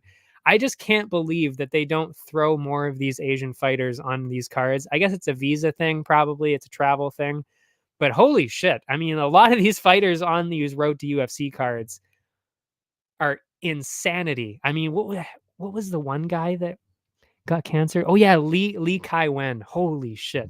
That guy's an animal, absolute animal. That Yi Jia Lee Kai Wen fight. Oh my god. I was so excited to watch that one. You guys have no idea. I was so excited to watch that finale. Gotta wait now. Ah. Oh, Ray Tsuruya too. That's another good one. Rangju. I mean, wow, Rangju was already in the UFC before. Anyway, the point is, I'm sad that it is now at the Apex, as I will say over and over again. But yeah, Hyun-Sung Park won last season. That was against Sunguk Choi, somebody who is a student of the Korean Zombie. So a little bit weird. It was some Korean on Korean violence there, but also even weirder that the Korean Zombie was supporting one Korean and not the other. But hey, whatever. And he ended up getting another submission finish. So he's gotten all finished. Oh, all finishes except for one in his career, mostly submissions. Shannon Ross on the other side. Yikes. Brutal. Absolutely. Might be one of the most brutal starts I've ever seen in the UFC. Because, I mean, he got just brutalized on the Contender Series by Vinicius Salvador. That was where he got just annihilated over and over and over again for a round and a half with appendicitis, by the way. Then he went into the hospital, had to deal with all that shit, all the appendicitis stuff, the injuries, getting knocked out like that. Holy fuck. So he got the contract from the Contender Series. And then what happens? He comes in, 2 UFC fights now, has not lasted more than a minute in either one of those fights. Got knocked out in less than a minute by Clayson Rodriguez, and then got knocked out in 17 seconds by Jesus Aguilar. I don't know if you could have much of a worse start in the UFC than that. But so I would imagine that luck is going to continue, but Hyun-Sung Park is not a powerful guy. So I'm actually expecting this to go a lot longer because Hyun-Sung Park is a very patient fighter. He doesn't like jumping in there. So I would imagine this is going to be heavily favored to be like under 1.5, under 2.5. We don't have, actually, maybe we do have the odds. Hold on. I would imagine they're going to be heavily favoring the under. Go over for real. Like whatever those odds are for over, do that. Do that because yeah, Park just does not have the power to do what Rodriguez and who did I just say? Aguilar. Aguilar. He just doesn't have that kind of power. He's more of a grappler, and he's got some combos and stuff in there, but it's more to get the grappling going. So, yeah, I more so see it a decision. I definitely wouldn't say that Ross is going to be winning this because it's hard to pick somebody with that kind of record. But yeah. That was the other thing that he was also actually submitted by none other than Steve Urseg, who is now top 15 in the flyweight. So Shannon Ross submitted by Steve Urseg back in 2020 in Australia. So he has been submitted by somebody in the UFC. Maybe Park can get that submission because he has had multiple submissions now, like I said. And I think all of his wins on Road to UFC were submissions. Let me see. 2 of them. 2 of them were submissions, 1 of them was a knockout. So, yeah, definitely there for a finish, definitely there for a sub, especially since Ross might not be that great at grappling either. So, going on Hyunsung Park here for sure. And the odds are extremely inflated. I think it was, what was it, minus 500 here? Yeah, minus 500. Got to bring those down. So we'll either be going with Hyunsung Park by sub, which should be actually plus money, because I have a feeling this is what the odds makers do. They see, oh, okay, this guy got knocked out twice in a row. We'll put the knockout sub, the knockout prop bet up, inflate that to the moon because we know people are going to pick it. Well, they're not really taking into account the fact that Park isn't a knockout guy. So I think the sub is going to be at plus money. So we could actually get some nice profit in there if he gets the sub in there as well. So I like where this is going. I like where this is going quite a bit. That should lower the odds down. And then, like I said, take the over, whatever that is. Over 1.5, over 2.5. Take that. Moving on. Who is next? Who is next? Again, laptop very slow today. It's the final prelim. Keenan's Song, or Song Kanon. And that's a very white way of saying it, isn't it? Keenan's Song. Fuck. Song Kanon is how you're supposed to say it. Against Kevin Jousset is how you say that, because he is French. Only seen Jousset the one time, and that was funny enough, not at the Paris card. This was actually in Australia. Back in August, Adesanya, Strickland. That was against Kiefer Crosby. Maybe not the best first opponent, but first round sub there. But he is from City Kickboxing. If you recognize that, I mean, you should at this point. That's, Izzy, Hooker, those guys. Those guys are from there. So Jousset is also one of those guys. So you would imagine mostly going to be looking for that KO, especially since Song Kanon on the other side has been knocked out multiple times now. Once by, of course, Ian Gary. That was more of an accumulation of damage, though. Max Griffin also knocked him out.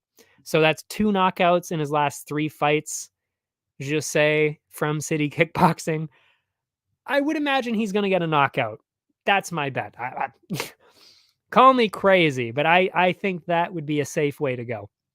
So I'm going Jousset by KO.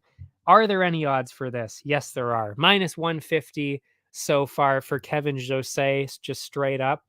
So yeah, I'll go Jousset by KO. I just don't think, because I think Song Kanon also has some grappling in there, so it kind of wouldn't make much sense for him to get a sub either.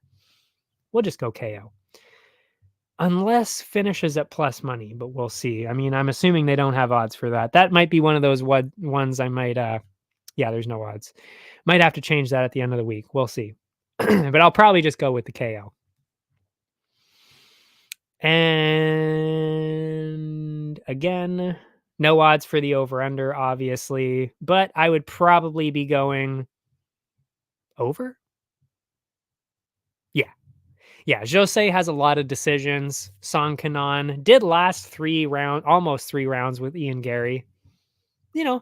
Decision is plausible. So I'd be going with the over there. And then, of course, that, classic blues betting system, you got to balance it out. So we go KO on the one side, over 2.5 on the other side. Maximize our chances of getting the profit. Works for us usually. So we'll do it again. Moving on from there, where are we now? Again, laptop slow today.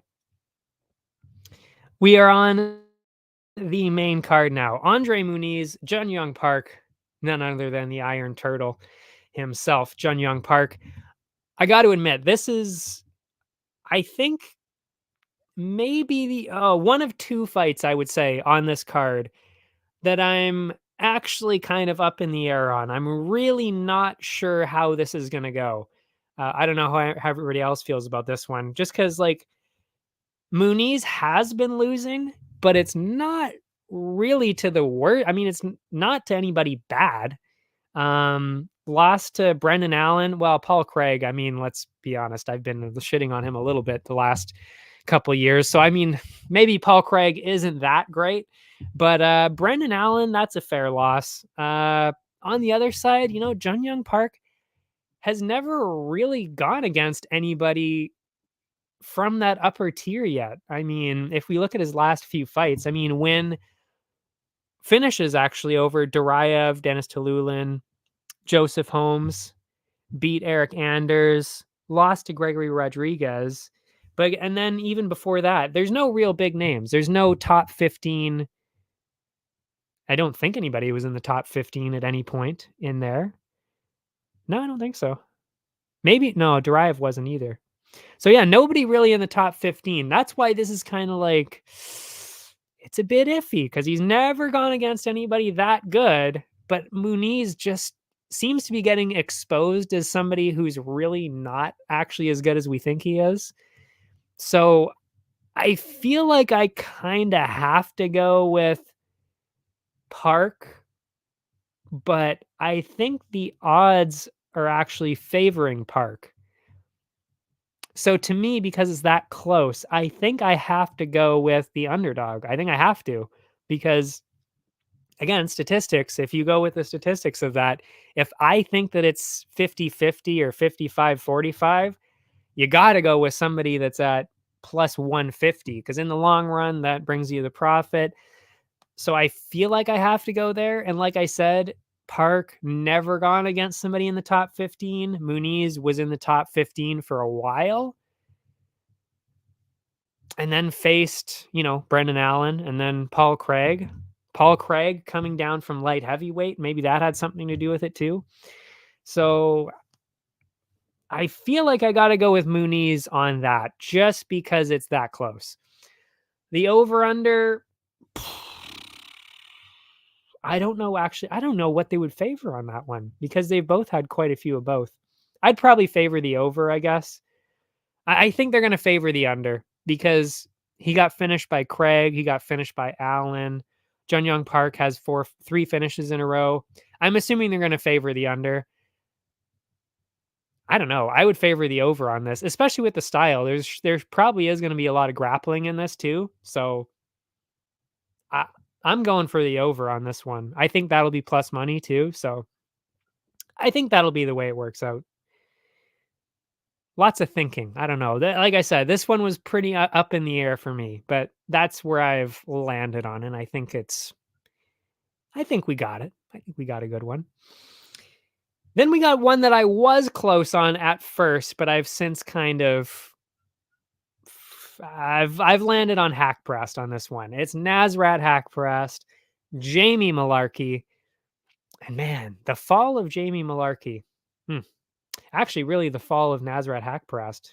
Really, I mean, they kind of both fallen, which is why I was so close, actually, because win over Lennon Quinones for Hackprest, but that wasn't really the most impressive, especially when you think Quinones was on The Ultimate Fighter before that and got finished on The Ultimate Fighter.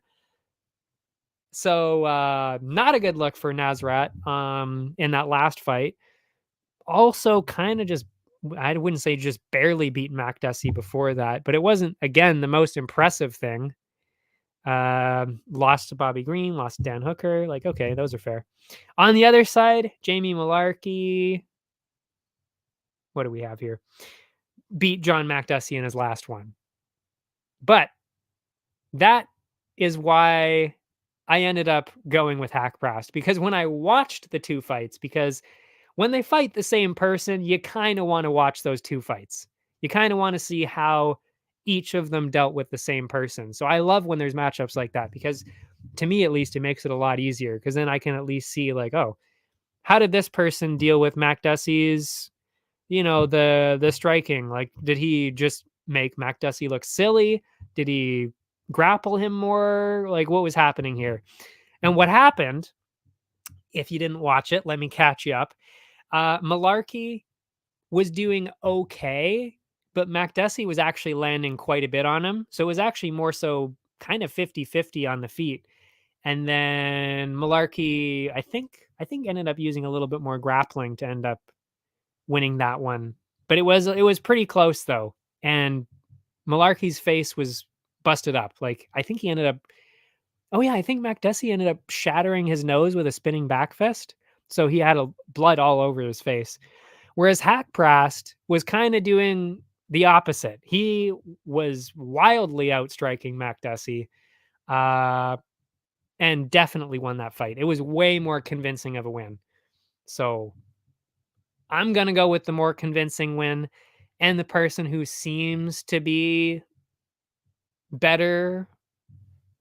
I don't know. They are very close, but I do think that Hackprast should win this one. I think.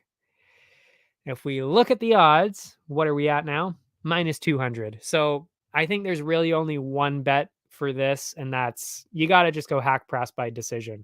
I don't think they're going to get any finishes. Neither one of them really gets finishes and really gets finished either. Besides, of course, I think it was Naimov, was it, that finished Jamie Malarkey? Oh boy. Now my laptop's being slow again. Anyway, that's the bet. Hackprast decision. I don't think there's really any other way to go with it. And now we've got a fight where I know there's going to be no odds because they still have the old matchup on Betway, and that is Sumudarji and Tim Elliott. Oh my God, now my thing's frozen all together. Look at this. I got just a straight up a white page. Oh, there it is. Now it's back. See, slow. That was like 20 seconds to load one page. What is happening over here? Sumudarji, Tim Elliott. Yeah. This was not a close one for me at all. I mean, Sumudarji, I actually didn't even know he was in the top 15, which is weird because I'm usually really on top of that kind of stuff. I didn't even know he was in the top 15 still. Or maybe he's not now, but that was the absolute absolutely insane fight that was Matt Schnell and Sumudarji in, I believe it was it New Jersey? I can't remember where this was, but this was over a year ago, actually. I believe that was in New Jersey. But yeah, absolutely insane fight. And I think I don't know. I don't think it was fight of the year. It was nominated, I think, for fight of the year. Um, Definitely one of the comebacks of the I actually think it was the comeback of the year. It might have won comeback of the year on the MMA hour there. I'm not sure, but it was nominated for a couple of different things. It was just absolutely insane. But yeah, he did end up getting submitted. Kind of struggled with the grappling a little bit. Um, Pretty good on the feet though. But on the other side though, Tim Elliott, I mean, I this actually is, I'm not gonna lie, this is one of the guys that I hate. I said earlier, there aren't too many people that I actually hate in the UFC. This is one of those guys. This is one of the ones where I'm like, please just somebody beat the shit out of this guy multiple times so then we just cut him and don't have to see him anymore. That's what I want. I just don't like him. I don't like him at all. I really don't. Um but he is, I have to admit, very good. He is very good at what he does. Um Even though he got a shoddy win in there over Tagir, I will never forget that he cheated to get that win. And he did. He very much cheated to get that win. But whatever. But anyway, the styles, my point is that the style very much heavily favors Tim Elliott in this one. I mean, actually almost submitted Mohammed Mokayev a couple of times, I think. He got some pretty deep sub attempts in there. And we know how good Mokayev is. So, yeah. And then, of course, dominated Altamirano start to finish, was literally never even close with the grappling in that one. And Sumudarji kind of reminds me a little bit of Victor Altamirano. So similar kind of style. So it's kind of like, Tim Elliott should win this pretty convincingly. As for the bet, I think you got to go with Elliott sub because he has been submitted before. Sumudarji. I mean, he literally just got submitted by Matt Schnell. So, you know, if Elliott almost submitted Mokaev, sure. Why wouldn't he be able to submit Sumudarji? So I got to go with that, and then I'll balance it out with, I think, the over. You got to do that. So it's the classic blue betting system setup. You got the finish on one side and the over under on the other side. Beautiful, beautiful stuff.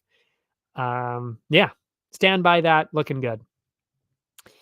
Next up, this was the other one I was talking about that I'm kind of not sure about anymore. It is Anthony Smith and Khalil Roundtree. Yeah, I'm not really sure. And the odds are actually really throwing me off on this one because I know for a fact that Roundtree is favored for sure. And I'm a little surprised by that. I really am because I mean Smith has been he's still Anthony Smith. He hasn't left the top 15 in the last, like, genuinely, when was the last time Anthony Smith was not in the top 15? So, and Roundtree has never fought anybody in the top 15 except for, I guess, was Jacoby in there? Jacoby might have been in the top 15 when he fought him. I'm not quite sure. Um, let me see here. Let me see. Chris Dawkins, yeah, coming down from heavyweight. So yeah, I don't think he's actually ever even fought anybody in the top 15. I mean, he's lost to people that are in the top 15 now, which is Johnny Walker, Ewan, and that's it. Yeah, I think that's it.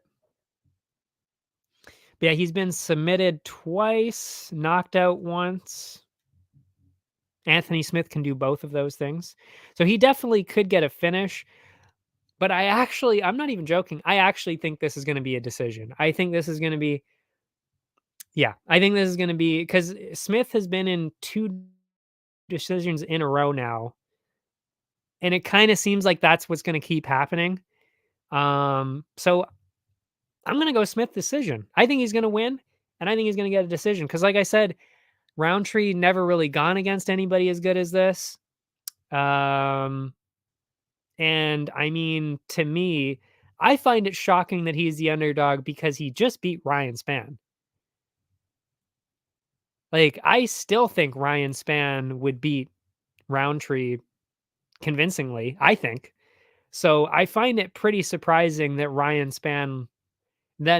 Smith beat Ryan Spann twice, and he's the underdog against Roundtree. I don't know. And I mean, who did he lose to? Johnny Walker? Like, okay. In a decision, by the way. And then Ankalaev? Like, okay. Two people that are going to be getting title shots, probably. Like, I don't see what the problem is. I don't understand what their problem is. And I watched Roundtree's last fight, the one against Chris Dawkins, and it was kind of like, this is who you're favoring against Anthony Smith? I don't know. I think that's a bit bizarre and kind of disrespectful, really, if I'm being honest. I love Anthony. Anthony Smith is one of my favorite fighters too. So, I mean, I'm not being biased on this. Obviously, I pick against my favorite fighters constantly, but I think this is just kind of one of those times where it's like, I don't get it. This is kind of like the Misha Tate one. That actually is a perfect example. I think this is more like the Misha Tate one because they're kind of thinking like, oh, Julia Avila, she's the next up and coming one. Khalil Roundtree, he's the next up and coming guy. It's like, okay, well, who did he beat? Chris Dawkins? The fuck? Like, who cares? What? Like, it's not even comparable. I don't even know. Like, I just don't even see what I just don't see it. I don't know. I don't get it. Anyway, so to me, obvious opportunity to jump on Anthony Smith as an underdog. And he might actually be my top dog. For me right now, it's got to be between Mooney's actually isn't a bad idea either for top dog, but I think Park has a much better chance. I might go with Smith as the top dog.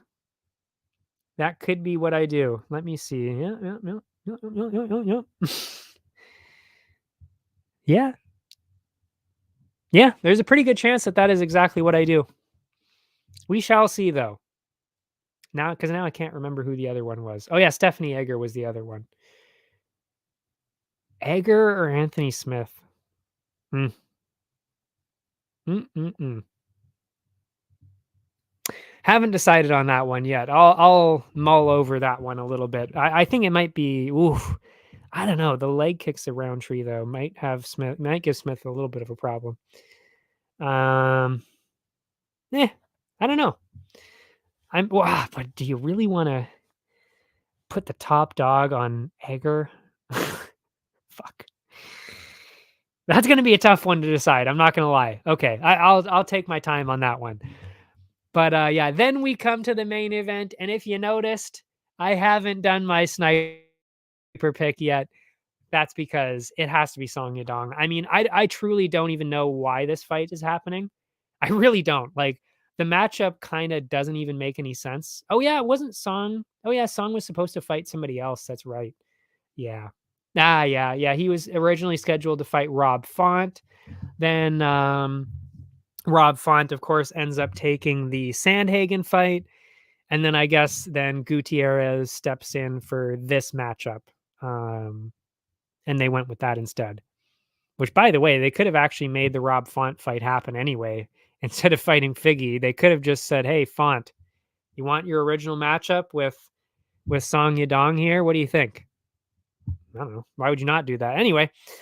But yeah, in terms of the actual fight, I just don't know why this matchup is happening. It just seems like a bizarre matchup. Like it just shouldn't be happening because I mean, Song Yadong coming off a pretty great, convincing win over Ricky Simone, who is actually pretty legit, and he just walked straight through him. Honestly, it wasn't even really that close, which hurt me because I actually picked Simone on that one, which was a little stupid. I kind of regret that one. That was a dumb pick, but still, it was that close.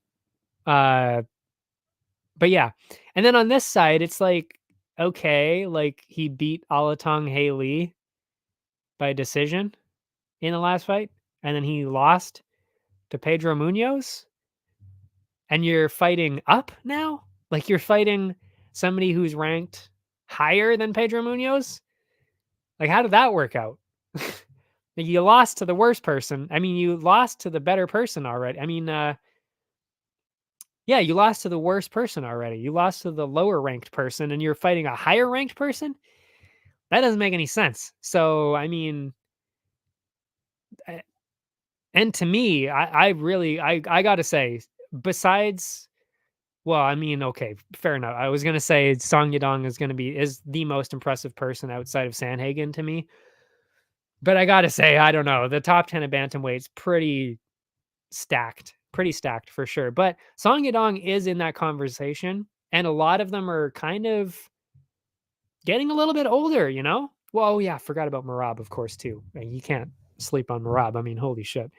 But yeah, I mean, I could easily see Song Yadong giving Piotr Jan some trouble. He was giving Sandhagen some trouble for sure. That was a close fight. I was actually getting worried there because I had Sandhagen and I was getting a little bit worried.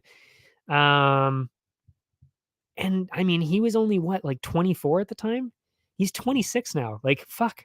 He's still he's still got a long way to go. This guy's got like another 10 years probably of fighting. He could easily fight another 10 years. And he's already, I would say, top 5 bantamweight easily.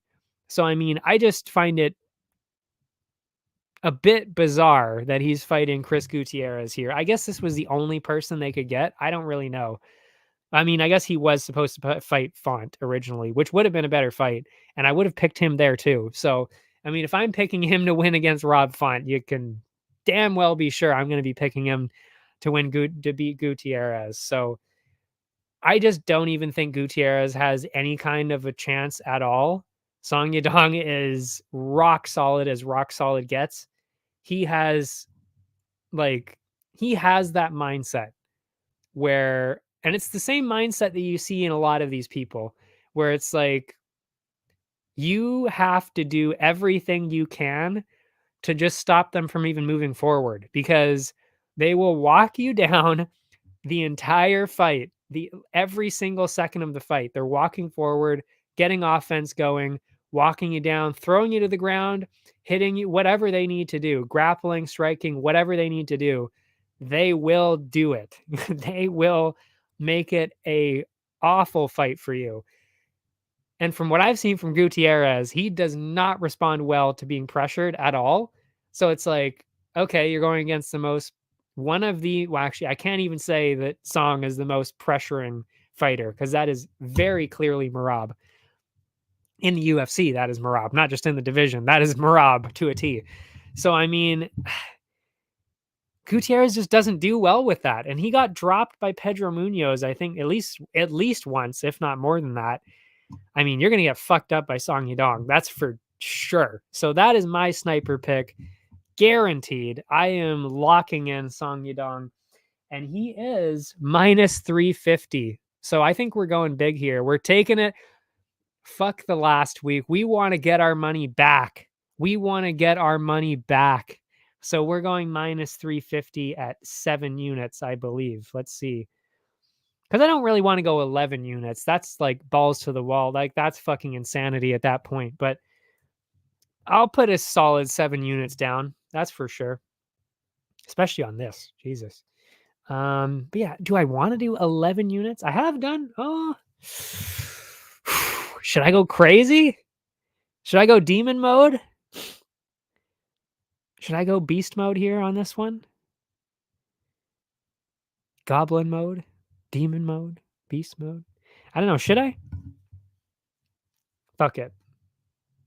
Fuck it. 11 units. I'll do it. Sure. I'm writing it down. 11 units. We're going for it. I'm all in on Song Yadong here. And especially since, again, knock on wood here, I don't want to jinx myself, but I have never, not even once, lost 2 sniper picks in a row. That has never happened. So might as well bank on the fact that that's not going to happen this time either. Especially, like I said, with Song Yadong, come on. He's not losing this shit. He's not losing this. So I'll go all in on 11 units, sure. And like I said, that brings up the profit on Instagram too with that. If we can get that done, that would be over 3 units of profit just on the sniper pick, which then actually, by the way, means that I wouldn't even have to win any of the other bets. As long as I get Song Yadong right, I win money on the week. So that would be fantastic. So hopefully, so that's what I'll be doing. I'm that confident. I am that confident. But anyway, that is enough. Oh, yeah, right. For the over-under. I'm going to be doing under. I actually think Song Yadong is going to get a finish for sure. Because like I said, if you're getting knocked down by Pedro Munoz, you're going to get fucked up by Song Yadong for sure. There's no way. He's going to get I think he's going to get a knockout for sure. So I actually wrote down under 2.5. That's kind of what I'm sticking at for now, at least. It depends what the over-under ends up at. Because, I mean, it'd be kind of silly to go under 2.5 when it's like under 3.5 is plus money. Because there's just a little bit more margin for error and you still get profit anyway. So, yeah, I'll be going under, though, no matter what. No matter what it is, I'll be going under. Even if it's under 2.5 even if I have to go under 1.5, I would still do that. But yeah. Oh, yeah, as for the parlays, I'm not 100% sure about one of the picks, but I think, have the other 4. I'm going with 5 total this time instead of 6. I do have the other 4 this time. So A, obviously Yadong. B, I think I've kind of landed on Jusei because I just can't imagine Song Kanan beating an up-and-coming prospect like Kevin Jusei. That would be like him beating Ian Gary in that other fight. I just couldn't see it happening there either. It just feels like that's not happening. It just feels like that's not happening at all. So B has to be Jose. C, I think Tatsuro Taira. Because, I mean, who's he going against again? Hernandez? Yeah. I just think Taira is too good. And then, of course, Hernandez has been subbed before. Taira hasn't really even seemingly been hit all that much yet, and that's kind of Hernandez's only hope. So I think Tyra's gotta be in there. So Tyra's at C. Um, oh yeah, D is where I'm not sure. D is either, I'm not sure if it should either be RDS, so Rayon dos Santos against Talita Alencar, or Hackprast.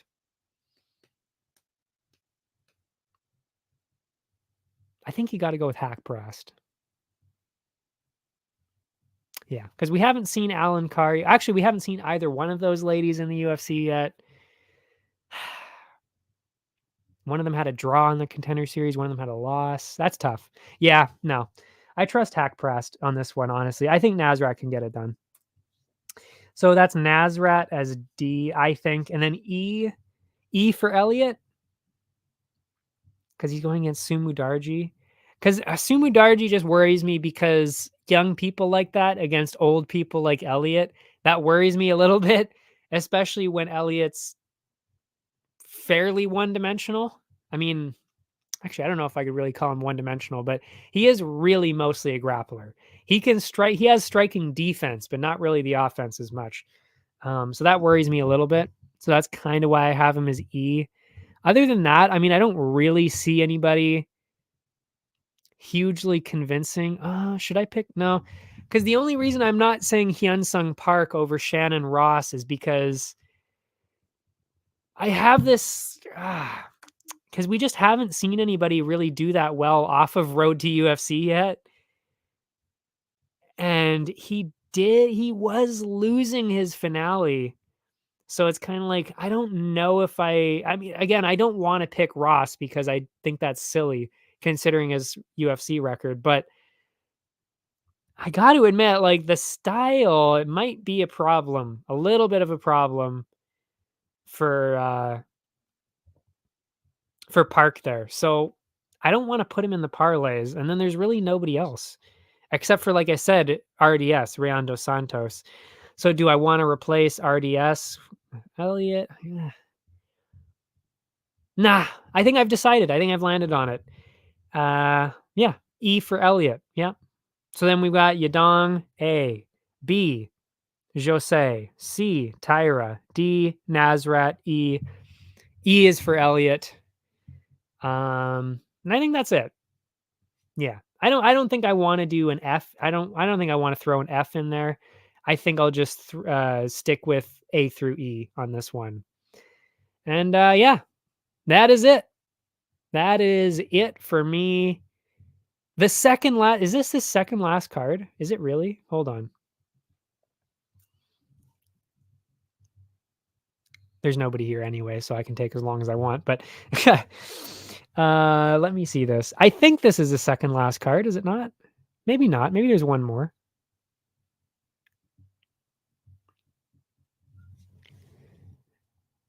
Oh, it is. It is the second last card. Song Gutierrez and then Edwards Covington, UFC 296.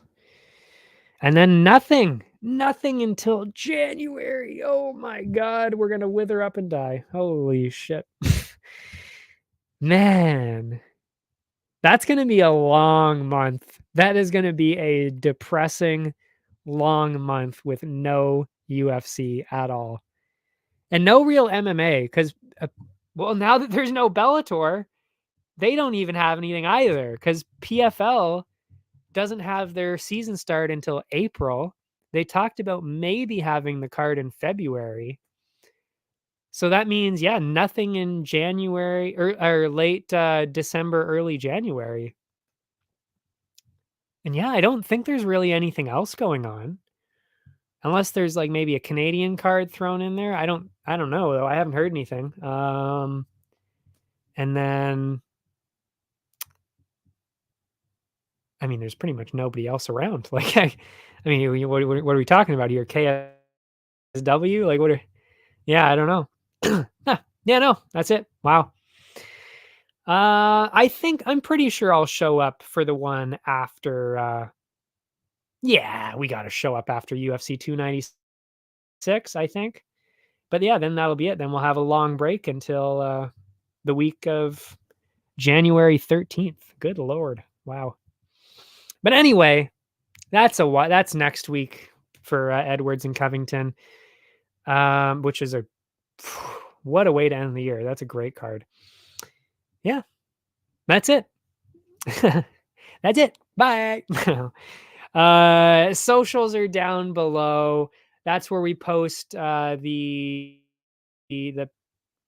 triple play, the grand slam, these bets. That's all on Instagram and X. Still weird to say X, and I still have to reference it because it is strange. And then yeah, that's all below.